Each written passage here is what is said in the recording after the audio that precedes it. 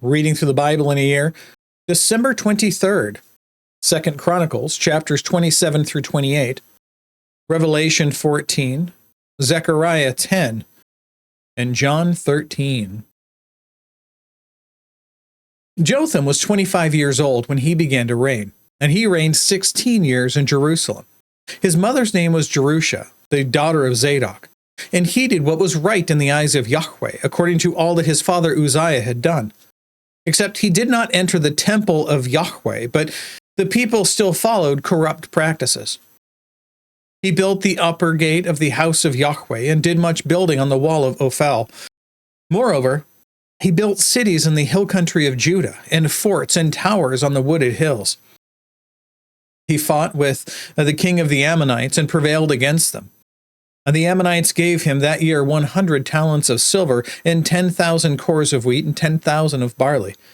The Ammonites paid him the same amount in the second and third years. So Jotham became mighty, because he ordered his ways before Yahweh his God. Now the rest of the acts of Jotham, and all his wars and his ways, behold, they are written in the book of the kings of Israel and Judah. He was 25 years old when he began to reign, and he reigned 16 years in Jerusalem. And Jotham slept with his fathers, and was buried in the city of David, and Ahaz his son reigned in his place. Ahaz was 20 years old when he began to reign, and he reigned 16 years in Jerusalem. He did not do what was right in the eyes of Yahweh, as his father David had done, but he walked in the ways of the kings of Israel. He even made metal images for the Baals. He made offerings in the valley of the son of Hinnom, and burned his sons as an offering, according to the abominations of the nations whom Yahweh drove out before the people of Israel. And he sacrificed and made offerings on the high places, and in the hill, and on the hills, and under every green tree. Therefore Yahweh his God gave him into the hand of the king of Syria, who defeated him and took captive a great number of his people and brought them to Damascus. He was also given into the hand of the king of Israel, who struck him with great force. For Pekah, the son of Remaliah, killed 120,000 from Judah in one day, all of them men of valor, because they had forsaken Yahweh, the God of their fathers. And Zechariah, a mighty man of Ephraim, killed Messiah, the king's son, and Azrikam, the commander of the palace, and Elkanah, the next in authority to the king. The men of Israel took captive 200,000 of their relatives, women, sons, and daughters. And they took much spoil from them, and brought the spoil to Samaria. But a prophet of Yahweh was there, whose name was Oded, and he went out to meet the army. There you go, making sure we don't lose notes here. Continuing on. And he went out to meet the army that came to Samaria, and said to them, Behold, because Yahweh, the God of your fathers, was angry with Judah, he gave them into your hand. But you have killed them in a rage that has reached up to heaven. And now you intend to subjugate the people of Judah and Jerusalem, male and female, as your slaves? Have you not sins of your own against Yahweh your God? Now hear me. Send back the captives from your relatives whom you have taken, for the fierce wrath of Yahweh is upon you. Certain chiefs also of the men of Ephraim, Azariah the son of Johanan, Berechiah the son of Meshillemoth, Jezekiah the son of Shallum, and Amasa the son of Hadlai, stood up against those who were coming from the war, and said to them, You shall not bring the captives in here. For you propose to bring upon us guilt against Yahweh, in addition to all our present sins and guilt? For our guilt is already great, and there is fierce wrath against Israel. So the armed men left the captives and the spoil before the princes and all the assembly. And the men who had been mentioned by name rose and took the captives, and with the spoil they clothed all who were naked among them. They clothed them, gave them sandals, and provided them food and drink, and anointed them. And carrying all the feeble among them on donkeys, they brought them to their kinsfolk at Jericho, the city of palm trees. Then they returned to Samaria. At that time King Ahaz sent to the king of Assyria for help, For the Edomites had again invaded and defeated Judah and carried away captives. And the Philistines had made raids on the cities of the Shephelah and the Negeb of Judah, and had taken Beth-Shemesh, Aijalon, Gederoth, Soko with its villages, Timnah with its villages, Gimzo with its villages, and they settled there. For Yahweh humbled Judah because of Ahaz, king of Israel. For he had made Judah act sinfully, and had been very unfaithful to Yahweh. So Tiglath-Pileser, king of Assyria, came against him, and afflicted him, instead of strengthening him. For Ahaz took a portion from the house of Yahweh, and the house of the king and of the princes, and gave tribute to the king of Assyria. But it did not help him. In the time of his distress, he became yet more faithless to Yahweh, this same King Ahaz. For he sacrificed to the gods of Damascus that had defeated him, and said, because the gods of the kings of Syria helped them, I will sacrifice to them that they may help me. But they were the ruin of him and of all Israel. And Ahaz gathered together the vessels of the house of Yahweh, the vessels of the house of God, and cut in pieces the vessels of the house of God. And he shut up the doors of the house of Yahweh, and made himself altars in every corner of Jerusalem. In every city of Judah he made high places to make offerings to other gods, provoking to anger Yahweh, the God of his fathers. Now the rest of his acts and all his ways from first to last, behold, they are written in the book of the kings of Judah and Israel. And Ahaz slept with his fathers, and they buried him in the city, in Jerusalem. For they did not bring him into the tombs of the kings of Israel, and Hezekiah, his son, reigned in his place. That's all the notes to here. Now to Revelation 14.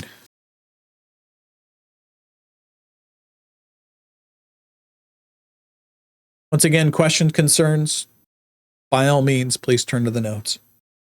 Then I looked, and behold, on Mount Zion stood the Lamb, and with him 144,000 who had his name and his Father's name written on their foreheads. And I heard a voice from heaven like the roar of many waters, and like the sound of loud thunder. And the voice I heard was like the sound of harpists playing on their harps. And they were singing a new song before the throne and before the four living creatures, and before the elders. No one could learn that song except the 144,000 who had been redeemed from the earth. It is these who have not defiled themselves with women, for they are virgins. It is these who follow the Lamb wherever he goes. These have been redeemed from mankind as firstfruits for God and the Lamb. And in their mouth no lie was found, for they are blameless. Then I saw another angel flying directly overhead with an eternal gospel to proclaim to those who dwell on earth, to every nation and tribe and language and people. And he said with a loud voice, "Fear God and give him glory, because the hour of his judgment has come. And worship him who made heaven and earth, the sea, and even the springs of water." Another angel, a second, followed, saying, "Fallen, fallen is Babylon the Great, she who made all nations drink the wine of the passion of her sexual immorality." And another angel, a third, followed them, saying with a loud voice, "If anyone worships the beast and its image and receives a mark on his forehead or on his hand, he also will drink the wine of God's wrath, poured full strength into the cup of his anger, and he will be tormented with fire and sulfur in the presence of the holy angels and in the presence of the Lamb. And the smoke of their torment goes up forever and ever, and they have no rest day or night, these worshippers of the beast and its image, and whoever receives the mark of his name, or the mark of its name. Here is a call for the endurance of the saints, those who keep the commandments of God and their faith in Jesus.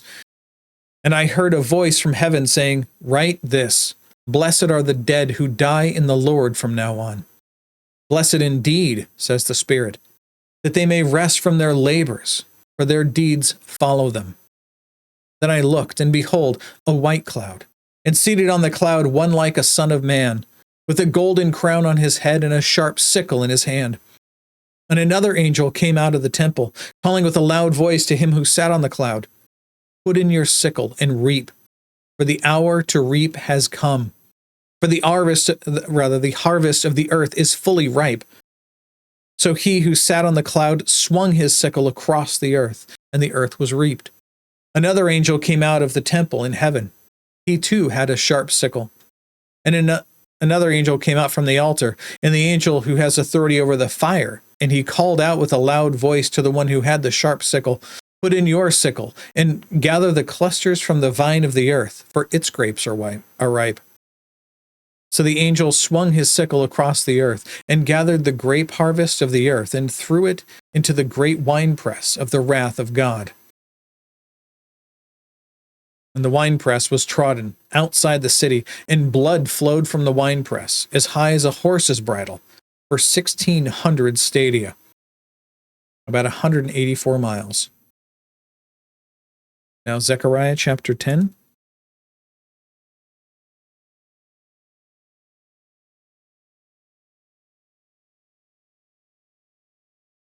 Ask rain from Yahweh in the season of the spring rain, from Yahweh who makes the storm clouds, and he will give them showers of rain to everyone, the vegetation in the field.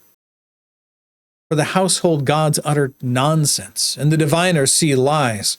They tell false dreams and give empty consolation. Therefore the people wander like sheep. They are afflicted for lack of a shepherd. My anger is hot against the shepherds, and I will punish the leaders. For Yahweh of hosts cares for his flock, the house of Judah, and will make them like his majestic steed in battle. From him shall come the cornerstone, from him the tent peg, from him the battle bow, from him every ruler, all of them together. They shall be like mighty men in battle, trampling the foe in the mud of the streets. They shall fight because Yahweh is with them, and they shall put to shame the riders on horses. I will strengthen the house of Judah, and I will save the house of Joseph. I will bring them back because I have compassion on them, and they shall be as though I had not rejected them. For I am Yahweh their God, and I will answer them. Then Ephraim shall become like a mighty warrior, and their heart shall be glad as with wine. Their children shall see it and be glad, and their hearts shall rejoice in Yahweh. I will whistle for them and gather them in, for I have redeemed them, and they shall be as they were before. Though I scattered them among the nations, yet in far countries they shall remember me, and with their children they shall live and return. I will bring them home from the land of Egypt, and gather them from Assyria. I will bring them to the land of Gilead and to Lebanon, till there is no room for them. He shall pass through the sea of troubles, and strike down the waves of the sea, and all the depths of the Nile shall be dried up. The pride of Assyria shall be laid low, and the scepter of Egypt shall depart. And I will make them strong in Yahweh, and they shall walk in his name, declares Yahweh. Including today in John 13.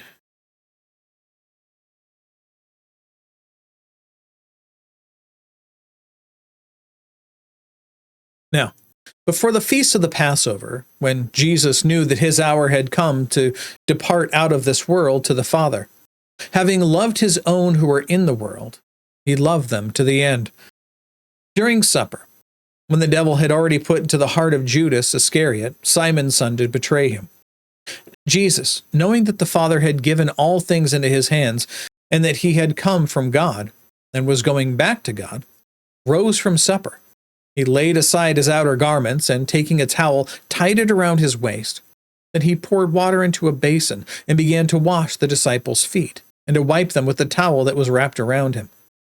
He came to Simon Peter, who said to him, "Lord, do you wash my feet?" Jesus answered, "What I am doing you do not understand now, but afterward you will understand." Peter said to him, You shall never wash my feet." Jesus answered him, "If I do not wash you, you have no share with me."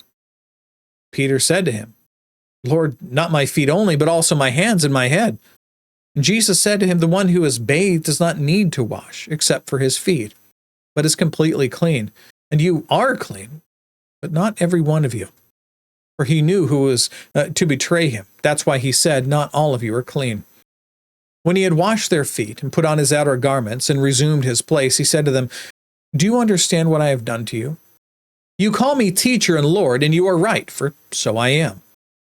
If I then, your Lord and teacher, have washed your feet, so also you ought to wash one another's feet.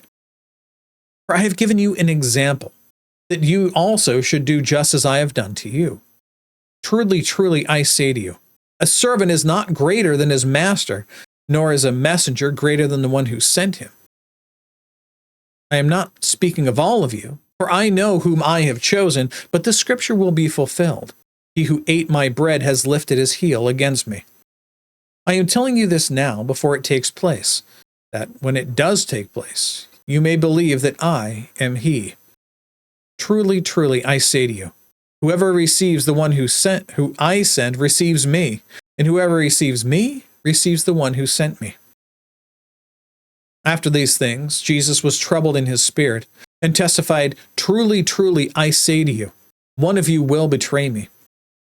The disciples looked at one another, uncertain of whom he spoke. One of his disciples, whom Jesus loved, was reclining at table at Jesus' side. So Simon Peter motioned to him to ask Jesus of whom he was speaking. So that disciple, again, this is John talking about himself, leaning back against Jesus, said to him, "Lord, who is it?" Jesus answered, "It is he to whom I will give this morsel of bread when I have dipped it." When he had dipped the morsel, he gave it to Judas, the son of Simon Iscariot. Then after he had taken the morsel, Satan entered into him. And Jesus said to him, "What you are going to do quickly." Now no one at table saw, or rather knew why he said this to him. Some thought that because Judas had the money bag, Jesus was telling him, "Buy what we need for the feast," or that he should give something to the poor. So after receiving the morsel of bread, he immediately went out, and it was night. When he had gone out, Jesus said, "Now is the Son of Man glorified, and God is glorified in him. If God is glorified in him, God will also glorify him in himself, and glorify him at once. Little children, yet a little while, and I am with you. You will seek me, and just as I said to the Jews, so now I also say to you, where I am going, you cannot come. A new commandment I give you, that you love one another. Just as I have loved you, you also are to love one another. By this, all people will know that you are my disciples, if you have love for one another." Simon Peter said to him, "Lord, where are you going?" Jesus answered him, "Where I am going, you cannot follow me now, but you will follow me afterward." Peter said to him, "Lord, why can I not follow you now? I will lay down my life for you."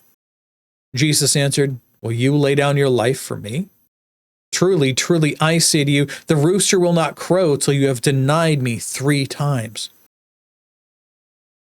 That's it. That's all the reading and all of the notes for today.